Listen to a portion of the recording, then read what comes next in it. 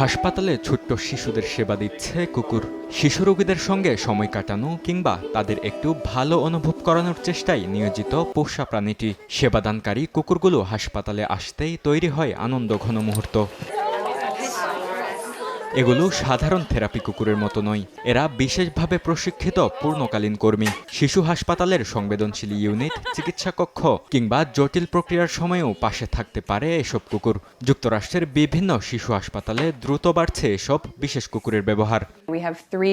আমাদের 3টি পূর্ণকালীন facility dog রয়েছে। এটি প্রচলিত স্বেচ্ছাসেবী পেট থেরাপি প্রোগ্রামের চেয়ে একেবারে আলাদা। স্বেচ্ছাসেবী প্রোগ্রামে কুকুরগুলো সাধারণত সপ্তাহে সর্বোচ্চ 1 থেকে 3 দিন ঘন্টার জন্য আসে এবং রোগীদের সঙ্গে শুধু সাক্ষাৎ করে। কিন্তু আমাদের ফ্যাসিলিটি ডগগুলোকে বিশেষভাবে সার্ভিস ডগ হিসেবে প্রশিক্ষণ দেওয়া হয়েছে, যাতে তারা হাসপাতালের পরিবেশে নির্দিষ্ট দায়িত্ব পালন করতে পারে।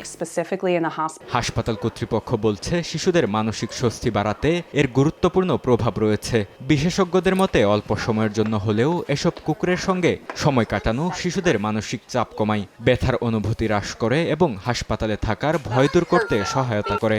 এছাড়া চিকিৎসার সময় শিশুদের মনোযোগ অন্যদিকে সরিয়ে নেওয়া, হাঁটা চলায় উৎসাহ দেয়া কিংবা কঠিন চিকিৎসা প্রক্রিয়ার সময় পাশে থাকা। চিকিৎসার পাশাপাশি রোগীদের মানসিক সুস্থতায় গুরুত্বপূর্ণ সহযোদ্ধা হয়ে উঠেছে এসব চার পায়ের সঙ্গীরা।